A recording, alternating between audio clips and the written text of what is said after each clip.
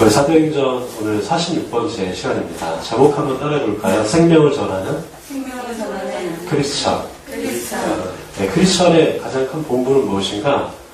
생명을 전하는 크리스천입니다. 생명은 무엇인가? 예수 그리스도입니다. 예수 그리스도, 복음, 십자가, 구원. 그거를 어떻게 하는 거예요? 전하는 사람이 크리스천입니다. 네, 그렇지 않으면 크리스천 같은데 크리스천 아닌 사람이죠. 크리스천이 전하기를 포기하는 순간부터 크리스천의 맛과 크리스천의 그 냄새를 이미 나지 않는 그런 상황입니다. 특별히 오늘은 사도 바울의 모습을 통해서 사도 바울이 생명을 전했던 크리스천이면 하나님께서 그렇게 그를 사용하셨고 오늘 우리들도 그렇게 있도록 하실 것을 기대하면서 함께 말씀 나누면 좋겠습니다. 지난 시간 사도 바울이 갇히게 됐죠. 하나님이 준비하신 40명이 사도 바울을 죽이려고 했던 그 시기에 하나님께서는 무려 470명이라는 상대 안 되는 아주 치밀한 계획으로 사도 바울을 결국은 살리십니다. 사도 바울이 예루살렘에서 가이사라까지 이송하게 되죠. 그 거리가 약 100km 정도입니다. 100km 정도까지 갈 동안에 사도 바울이 너무나 안전하게 로마까지 가게 되었다라는 말씀을 드렸습니다. 가이사라에서 사도 바울은 총 3번 이 재판을 받게 됩니다. 첫 번째는 이 벨릭스 총독에게 재판을 받게 되고요. 그 다음은 베스토 총독에게, 벨릭스 총독 그 이후에 있는 베스토 총독에게 재판을 받습니다. 그리고 마지막으로는 그 지역을 다스리던 분봉왕인 그 아그리파 왕 앞에서 총 3번의 재판을 받게 됩니다. 약 2년 동안에 3번에 걸쳐 재판을 받게 됩니다. 비록 겉모양은 좀 힘들고 피곤하고 감옥에 갇혀있는 바울의 모습이지만 어찌 보면 바울은 그의 삶에서 없었던 휴식을 취하고 있는 그런 시기였죠. 오늘 보면 특별히 벨릭스 총독 앞에서 재판을 받는 장면이 기록되어 있습니다. 우리 먼저 1절 한번 같이 읽어보도록 하겠습니다. 24장 1절 시작. 다세울의 대제사장 아나니아가 어떤 장로들과 한 변호사 버들로와 함께 내려와서 총독 앞에서 바울을 고발합니다. 아멘. 우리가 알다시피 지난 시간 약 40명의 사람들한테 바울이 테러를 받을 위험에 처했었다고 말씀드렸습니다. 결국은 어떻게 하죠? 하나님이 아주 치밀한 계획으로 그 작전은 실패하게 됩니다. 바울은 안전하게 이송되죠. 거기서 끝났으면 참 좋았을 텐데 이 대제사장과 또 바울을 죽이려고 하는 사람들은 참 끈질기게 열심을 다해서 바울을 고소하고 고발하려고 지금 100km 떨어져 있는 가이사라까지 찾아오게 됩니다. 대제사장과 또 가이사라까지 열심을 가지고 바울을 고소하려고 왔는데요. 특별히 거기 플러스 알파로 돈을 주고 산 이제 어떤 그 법정 대리인이죠. 변호사인 더둘로라는 사람을 같이 대동합니다. 그러니까 이제 이 말하는 사람을 법적으로 뭔가 이렇게 고소하고 고발하는데 자신들의 입을 산 거예요. 이 더둘로는 굉장히 법에 능통한 사람이었습니다. 그러니까 없던 죄도 뭐 거의 만들 정도로 법에 능통한 사람, 바로 더둘로였죠. 그렇게 유능한 법률 전문가였고 변호사였기 때문에 이 대제사장과 많은 사람들이 눈에 가시처럼 여겼던 바울을 무려 몇 가지 제목으로, 3가지 제목으로 고소하고 있습니다. 무엇인가? 우리 2절부터 4절까지 바울의 3가지 제목, 그들이 고소하는 것이 무엇인지 한번 읽어보도록 하겠습니다. 바울을 부르매 더둘로가 고발하였되 벨릭스 가까여 우리가 당신을 힘입어 태평을 누리고 또 이 민족이 당신의 선견으로 말미암아 여러 가지로 계산된 것을 우리가 어느 모양으로나 어느 곳에서나 크게 감사하나이다. 당신을 더 괴롭게 아니하려 하여 우리가 대강 여짜옵나니 관여하여 들으시기를 원하나이다. 아멘. 먼저 변호사인 이 더둘로가 정확한 그 죄목을, 바울의 죄목을 들고 고소하기 전에 먼저 그 총독에게 듣기 좋은 말을 합니다. 립 서비스를 하죠. 그 아부하는 겁니다. 어떤 아부하는가? 2가지인데요. 이겁니다. 첫 번째는 벨릭스 가까요. 우리가 당신을 힘입어서 이렇게 잘 삽니다. 라고 얘기하는 겁니다. 또 두 번째는 뭐냐면 벨리스가 당신을 통해서 굉장히 많은 것들이 좋아졌다라고 얘기합니다. 여러 가지가 개선되었다라고 얘기하죠. 여러분 이 말은 사실일까요? 사실이지 않을까요? 사실이지 않습니다. 왜냐하면 이 벨리스라는 사람은 유대 역사상 굉장히 악랄한 유대를 다스리던 총독이었기 때문입니다. 그래서 금방 잘려요. 이후에 금방 잘립니다. 그러나 이 변호사인 더들로는 지금 뭘 하는 겁니까? 실제로 자기가 얘기하기 전에 먼저 문제의 본질보다 그 벨리스 가카라는 그 사람의 마음을 어떻게 하는 거예요? 비위를 맞춰주는 겁니다. 그래서 아부를 하는 거죠. 우리가 때로는 문제가 다가올 때 이렇게 문제의 본질을 파헤치지 않고 그 문제를 어떤 좌지우지할 수 있는 사람의 비위를 맞춘다든지 어떤 기분을 좋게 한다든지 이렇게 해서 문제를 풀려고 하는 사람들이 지금도 굉장히 많다라는 것입니다. 네, 그래서 눈물이 있는 거예요. 그래서 지금도 뒷돈이라는 게 있는 겁니다. 지금도 부정 비리가 터지는 겁니다. 왜 그럴까요? 문제는 있는데 문제는 터치하지 않고 사람의 비위를 맞춰서 이렇게 넘어가려고 하는 모습. 그것이 하나님이 아주 싫어하는 부분입니다. 우리 가운데 문제가 다가올 때가 있어요. 그때 우리는 문제의 본질을 붙잡고 돌파해야 합니다. 문제를 낸 그 사람의 마음을 맞추거나 비위를 맞추거나 그렇게 해서 그것을 넘어가려고 하는 것은 하나님께서 싫어하시는 모습이에요. 그러나 이 더들로는 지금 현재 그런 모습으로 이야기를 하고 있습니다. 구체적으로 바울의 제목을 열거하면서 이 벨릭스 가카에게, 벨릭스 총독에게 호소하고 있는데요. 우리 5절부터 9절까지 같이 한번 읽어보도록 하겠습니다. 우리가 보니 이 사람은 전염병 같은 자라 천하에 흩어진 유대인을 다 수요하게 하는 자요 나사렛 이단의 우두머리라. 그가 또 성전을 더럽게 하게 하므로 우리가 잡았사오니 당신이 친히 그를 신문하시면 우리가 고발하는 이 모든 일을 아실 수 있나이까 하니 유대인들도 이에 참가하여 이 말이 옳다 주장하니라. 아멘. 여러분 변호사인 더들로가 이 바울을 향해서 고발했던 세 가지 죄물은 무엇이냐면 첫 번째는 무엇이냐면 유대인들을 소요하게 하는 인분입니다 라고 얘기합니다. 유대인들을 소동하게 하고 폭동을 일으킬 만한 위험성이 아주 다분한 사람입니다 라는 얘기예요. 두 번째는 무엇이냐면 이 바울은 우리가 거룩하게 생각하고 있는 성전을 더럽게 하는 자입니다 라고 얘기합니다. 유대인들에게 성전은 목숨보다 더 귀한 거예요. 그런데 그 성전에 이방인들을 데려왔다라고 생각하면서 성전을 더럽게 했던 사람이다라고 이야기하고 있습니다.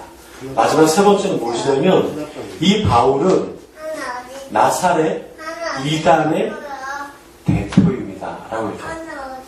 이 세 가지가 이 더들로가 또 제사장과 많은 장로들이 바울을 고소하고 고발하는 죄목입니다. 한번 살펴볼까요 하나씩? 첫 번째로 유대인을 소유하게 한다라는 그들이 제안하는 죄목이 있습니다. 유대인들을 소동시키는 인물이다.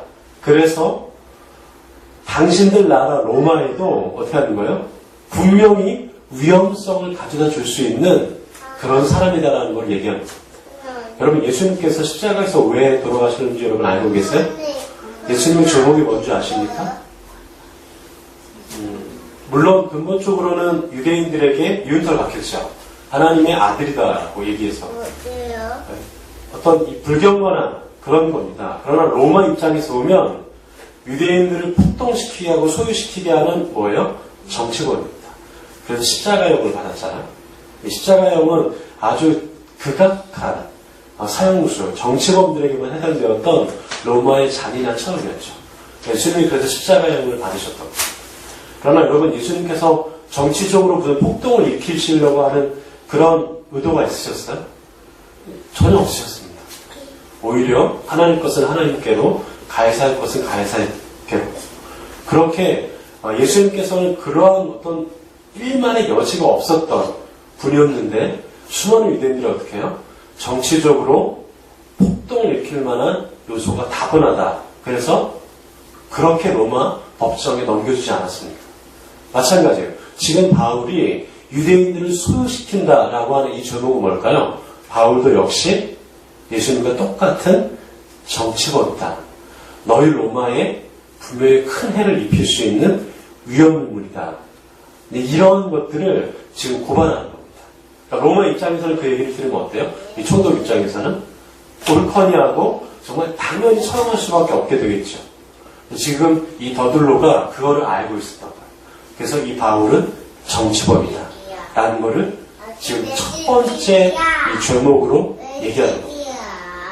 굉장히 그렇다고 말 잘하죠. 그러면 여러분 생각할 것은 무엇이냐면 바울은 그런 정치적 의도가 전혀 없었다라는 것입니다. 더 정확히 말하면 바울이 소동을 직접 일으킨 것이 아니에요. 누가 소동을 일으킨 겁니까? 바울은 그냥 복음을 전한 것 뿐이에요. 3차에 걸쳐서 이 로마까지 4번에 걸쳐서 그가 가는 곳에 오직 예수, 오직 그리스도만을 전했더니 어떻게 해요? 그거를 듣고 그거를 미워하고 반박했던 유대인들이 소동을 일으켰던 겁니다. 여러분 진짜 복음을 전하면 무슨 일이 일어나는지 아십니까? 세상은 소동을 일으켜요. 안전하니까 아무 일 없는 거예요. 안전하니까 욕 안 먹는 겁니다. 진짜 전하면 어쩌면 감옥에 끌려가듯이 우리 안에 그런 어려움과 복음으로 인한 고난이 우리에게 다가온다라고 성경은 분명히 증언하고 있습니다. 여러분 복음을 전하면서 고난을 받으십니까? 여러분 혹시 여러분 삶 가운데 복음을 전하면서 좀 쭈뼛쭈뼛 하신 기억 있으십니까? 예수님을 전하면서 여러분 혹시 좀 어려움 당해본 적 있으십니까? 그것이 우리의 영광의 면류관이다라고 주님 말씀하십니다. 찬양도 그런 찬양 있잖아요. 선한 싸움 다 싸우고 의의 면류관. 선한 싸움을 싸우면 복음의 싸움을 싸우면 하나님께서는 우리에게 의로움의 면류관을 주신다라고 말씀하십니다. 복음을 전하는 자에게 그런 면류관이 있음을 기억하십시오. 사도 바울이 그렇게 복음을 전했더니 사도 바울을 통해서 유대인들이 소동이 일어났어요. 저는 오늘 우리들의 교회로 인해서 세상이 소동이 일어나기를 소망합니다. 오늘 우리 한 사람을 통해서 내가 가는 곳에 복음의 소동이 일어나기를 소망하고 축복합니다. 두 번째, 이 바울을 이끌었던, 바울을 고소하는 제목은 무엇일까요? 성전을 더럽혔다라는 얘기입니다. 성전을 더럽혔다. 바울이 성전에 누굴 데리고 왔다? 헬라인, 이방인들을 데리고 왔다라고 얘기하고 있습니다. 성전은 그때 당시 유대인들에게는 자신들만 들어갈 수 있는 거예요. 지난번에 우리 사도행전 얘기할 때 말씀드렸잖아요. 이방인의 뜰이라는 곳까지만 이방인들이 들어갈 수 있었습니다. 거기에 보면 팻말이 있어요. 이 이상 넘어가면 생명의 위협을 받을 수 있다. 그런데 사도 바울이 그 율법을 깨고 이방인을 데리고 성전에 들어갔다. 그래서 우리는 고소한다. 이런 얘기를 하는 겁니다. 그러나 여러분 이것은 사실이 아닙니다. 사도행전 21장에 보면 헬라인을 데리고 바울이 성전에 들어갔다라고 해서 수많은 유대인들이 어떻게 해요? 바울을 끌고 갑니다. 잡아요.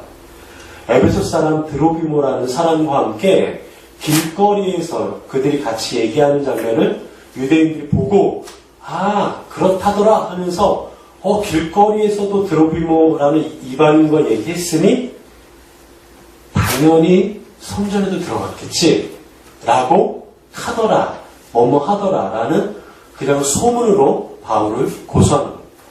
사실이 아니에요. 여러분 바울은 율법을 누구보다 준수했던 사람입니다. 율법을 소중하게 생각했고 율법을 알고 율법을 지켰던 사람이 누군가요? 바울입니다. 그런데 지금 유대인들은 정확하지 않은 사실로 인해서 바울을 고소합니다. 여러분 우리가 주님 안에서 살아갈 때 때로는 그게 아닌데 때로는 어려움 당하고 다른 사람들을 오해받을 때가 있습니다. 내가 하지 않았음에도 불구하고 그거 내가 했다라고 그냥 카더라라는 소문에 의해서 다른 사람들의 손가락질 받을 순간이 있습니다. 그러나 그때에도 바울은 주님 안에 있었기 때문에 그러한 오해와 손가락질도 바울은 그 오해와 손가락질을 통해서 오히려 바울이 정말 하나님의 사람임을 하나님이 증명하게 하십니다. 그래서 중요한 건 뭐예요? 우리가 주님 안에 있는 것이 중요해요. 우리가 잘 나가고 우리가 때로는 어렵고 이게 중요한 게 아니에요. 우리의 본질은 그게 아니에요. 크리스천의 본질은 주님 안에 있으면 외부로부터 공격을 받고 어려움을 당하도 주님 안에 있으면 그것이 오히려 우리를 영화롭게 하는 믿음의 간증이 되는 거죠. 왜냐하면 하나님이 그렇게 우리를 높이신다라고 약속하셨기 때문에. 여러분 주님 안에 계십시오. 무슨 일이 있어도 주님만을 붙잡고 있으시려고 여러분 주님 안에 서십시오. 그럼 하나님은 그 모든 것들을 합력해서 너무나 아름다운 선을 이끌어 가실 것입니다. 여러분 그것이 우리들의 삶이지 않습니까? 지금까지 우리가 지금까지 살아가는 것, 지금까지 우리가 이렇게 버티며 살아가고 잘 살아가는 것 주님 안에 있었기 때문에 가능합니다. 지금 바울이 그런 순간을 겪고 있는 거예요. 얼마나 하고 싶은 얘기가 많았겠어요, 바울이. 그러나 바울은 주님 안에 있었기 때문에 이것이 분명히 합력해 선을 이룰 것을 너무나 신뢰하고 있었어요.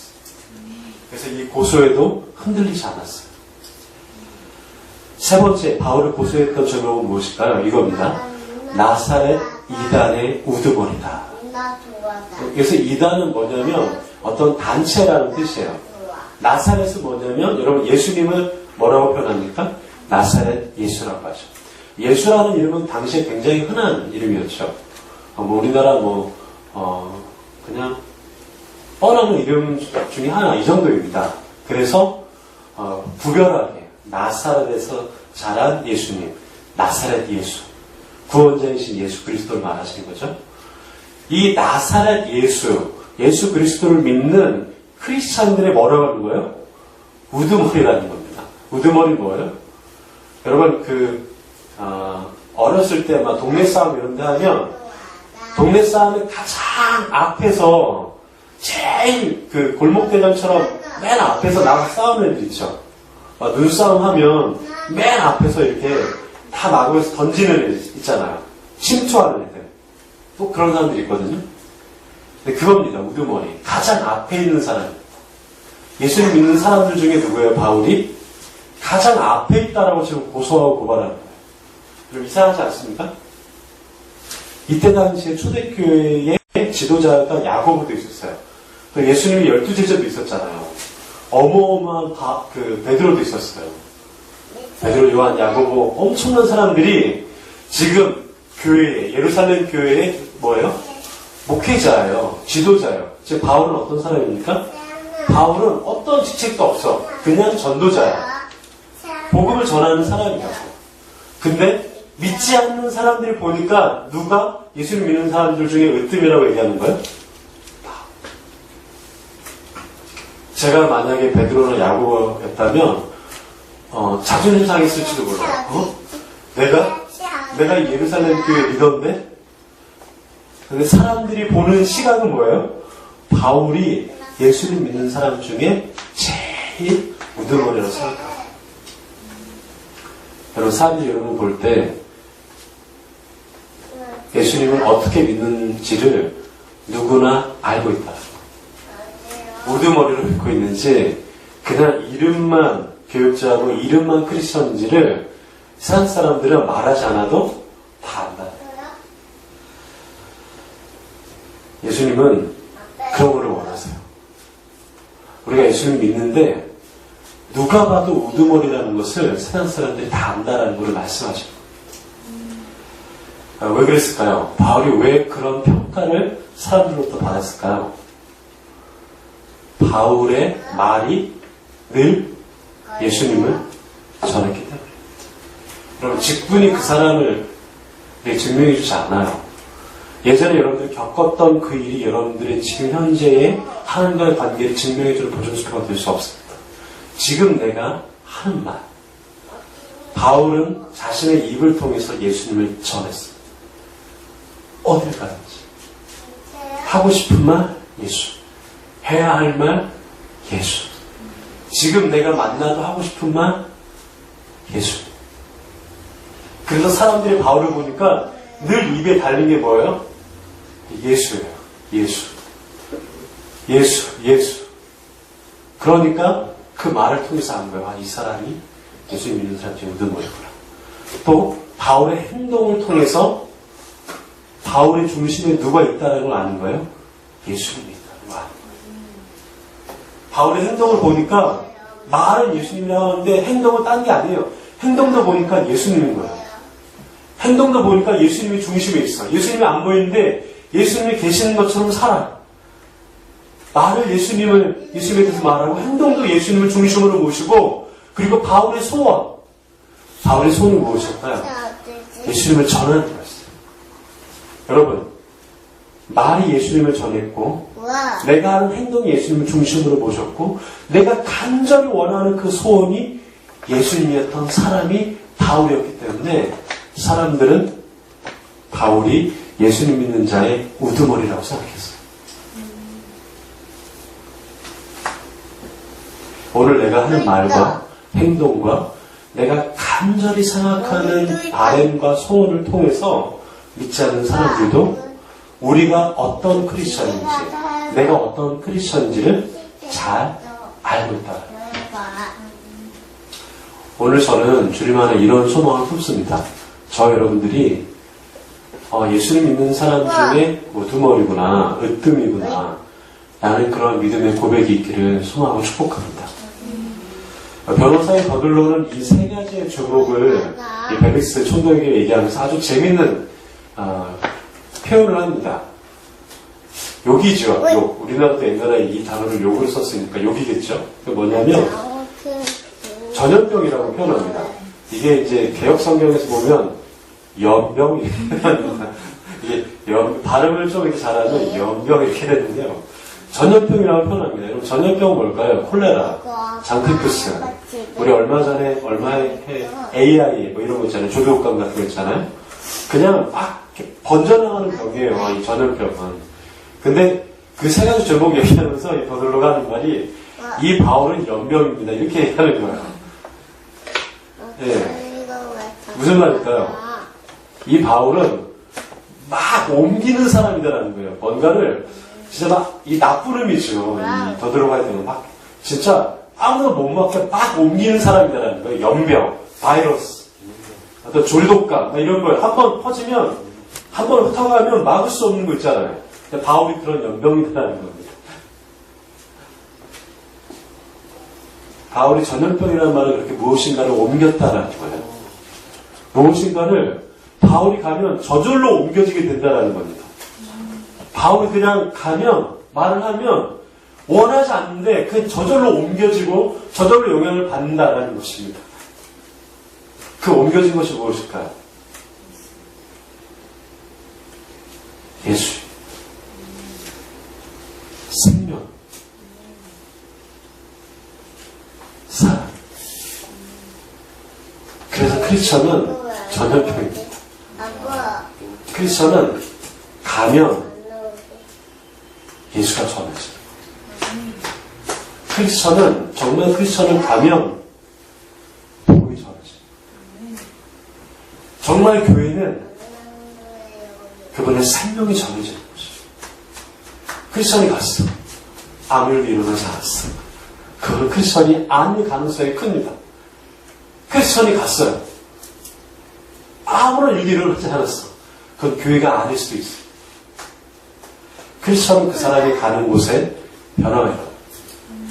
그래서 크리스천이 가는 직장과 크리스천이 가는 모임과 크리스천이 가는 곳에 변화가 일어나는 것이죠. 크리스천은 바로 크라이스트를 옮기는 사람이기 때문에 교회는 그 복음을 전하는 곳이기 때문에 믿지 않던 사람들의 눈에 보이는 이 바울이 전염병이다라고 표현하고 있습니다. 그렇다면 믿지 않는 사람들이 보는 오늘 나의 모습은, 오늘 여러분들의 모습은, 오늘 이 교회의 모습은 어떠십니까?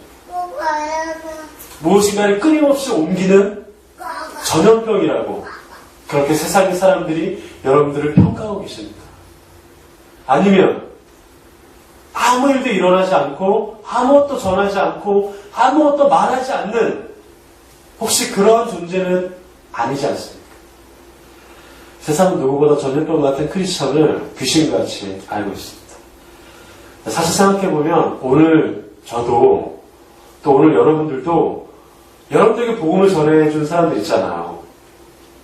모태신앙도 잘 보면 인격적으로 주님을 만나는 순간이 있었잖아요. 그 사람들의 모습을 여러분 담고 있는 거 알고 계십니까? 제가 지금 이렇게 설교하고 이렇게 하는 모습도 제가 가끔씩 보면 제가 고등학교 2학년 때 처음 교회 나왔을 때 침 팍 튀겨가며 저에게 복음을 전해주고 말씀을 전해주었던 한 젊은 남녀 선생님의 모습이 제가 생각이 나요. 여러분 이게 뭘까요? 예수를 믿는 우리는 결국은 생명을 전해준 사람, 생명 자체, 생명이신 예수님을 닮을 수밖에 없다는 거예요.